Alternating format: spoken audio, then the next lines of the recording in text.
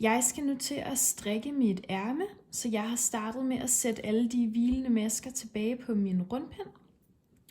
Og nu skal jeg samle masker op langs ærmegabet.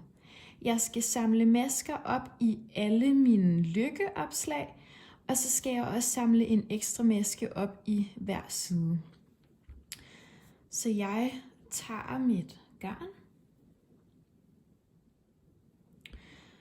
og lægger en lille ende til side, som jeg skal bruge til at hæfte med. Ved overgangen mellem lykkeopslagene og de hvilende masker, der ligger der 3 tråde. Der ligger en maske her i midten, og så ligger der 2 løse tråde ved siden af den maske. Og det er masken, jeg gerne vil have samlet op til. Så jeg tager min strikkepind forfra ind midt igennem masken, så vikler jeg garnet rundt om pinden, og så trækker jeg pinden tilbage igennem med garnet på. Sådan her. Når jeg har samlet den ekstra maske op, så skal jeg til at samle masker op i alle mine lykkeopslag. Og der gør jeg det samme. Jeg tager min strikkepind, går forfra midt tilbage igennem, slår garnet rundt om min pind og trækker den tilbage igennem. På den måde kan man se, at den nye maske kommer til at løbe med de masker, der allerede ligger. Så igen forfra, midt tilbage igennem, tråden om pinden, rundt om og hiver den tilbage igennem. Og det er altså alle de øverste buler, der ligger her, som er dem, jeg skal have fat i. Det gør jeg hele vejen hen. Når jeg så har samlet min sidste maske op, så skal jeg igen hen og lave en ekstra maske herude i siden. Der har jeg igen en maske her i midten og 2 løse tråde på hver side af masken. Og der går jeg igen forfra midt tilbage igennem masken, slår tråden om pinden, trækker den tilbage igennem og sådan der. Nu har jeg samlet alle de masker op, som jeg skal her i ærmegabet, og nu skal jeg strikke en pind rundt, indtil jeg kommer tilbage hertil. Nu har jeg strikket ret frem til en maske før mine opsamlede masker. Og det jeg skal gøre ved mine ekstra masker i hjørnerne, det er at lave en indtagning. Så det vil sige, at jeg strikker 2 masker ret sammen, og på den måde undgår jeg et hul ved ærmegabet. Så det vil sige, at jeg har min første opslåede maske her, som er den blå tråd, og så har jeg min maske, der har siddet til hvile her, som er den brune tråd. De her 2 strikker jeg ret sammen. Så det vil sige, at jeg går nedefra, op midt igennem begge masker, henter tråden, ligesom om det var en helt almindelig retmaske, og trækker pinden med tråden tilbage igennem maskerne, fuldstændig som om det var en retmaske. Så skal jeg strikke hen til midten af min lykkeopslag.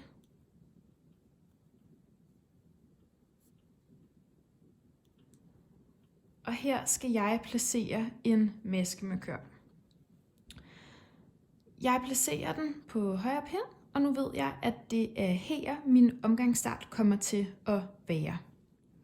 Så strikker jeg hen til den ekstra maske, jeg lavede, som er her.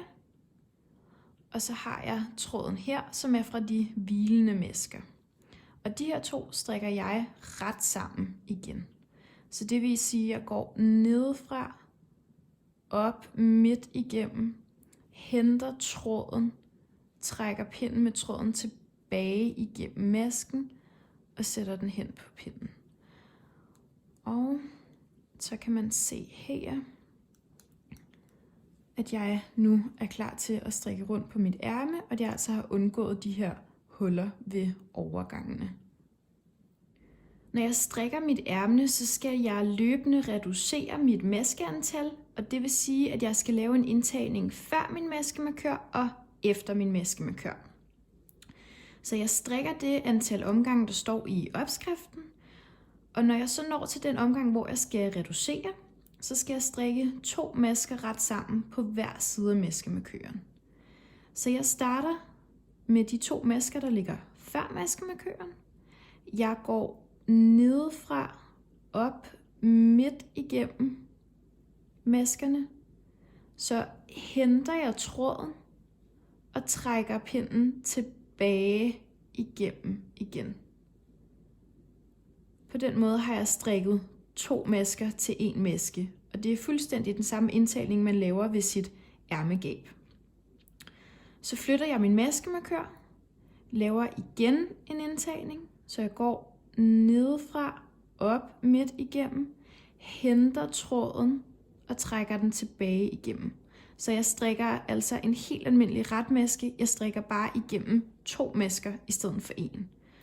Og på den måde er jeg klar til at strikke videre og få løbende reduceret mit maskeantal. Og så kan man se, at indtagningerne ligger her ved min maskemarkør. Jeg skal nu til at strikke ribkanten på mit ærme, og det skal jeg gøre på en mindre pind. Så det jeg vil gøre er, at jeg vil skifte min pind på den højre pind.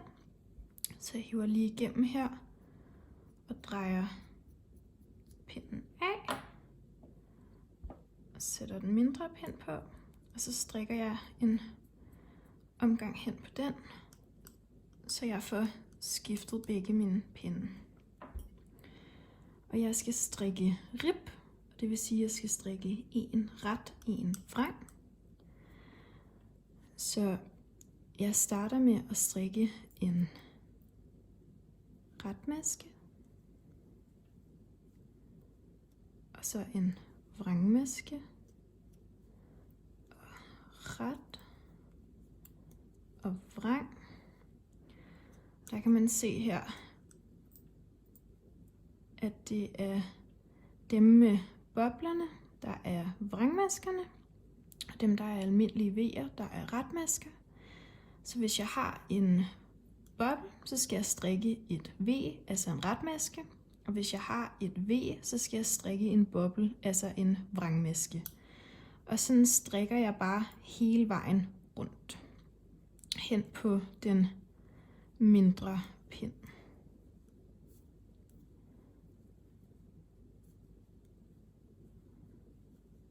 Og når jeg så kommer hele vejen rundt til min maskemarkør, så hiver jeg også min venstre pind igennem og skruer den mindre pind hen på den. Og sådan går jeg i gang med at strikke rib rundt på mit ærme. Jeg er nu nået hen til min omgangsstart, og jeg skal nu til at lukke mine masker af. Så jeg fjerner min maskemarkør. Og nu skal jeg strikke retmasker hen på min højre pind, så jeg hele tiden har 2 retmasker hen på min højre pind. Så det vil sige, at jeg strikker en retmaske, så har jeg en retmaske herhenne, strikker en til retmaske, nu har jeg 2 retmasker herhenne. Og det er sådan, jeg skal fortsætte hele vejen rundt, så jeg skal hele tiden have 2 retmasker henne på min højre pind. Så tager jeg min venstre pind forfra midt bag igennem den bagerste maske på pinden. Og så løfter jeg masken over den forreste maske. Sådan der. Så strikker jeg igen en retmaske hen på højre pind, så jeg har 2 masker herhenne.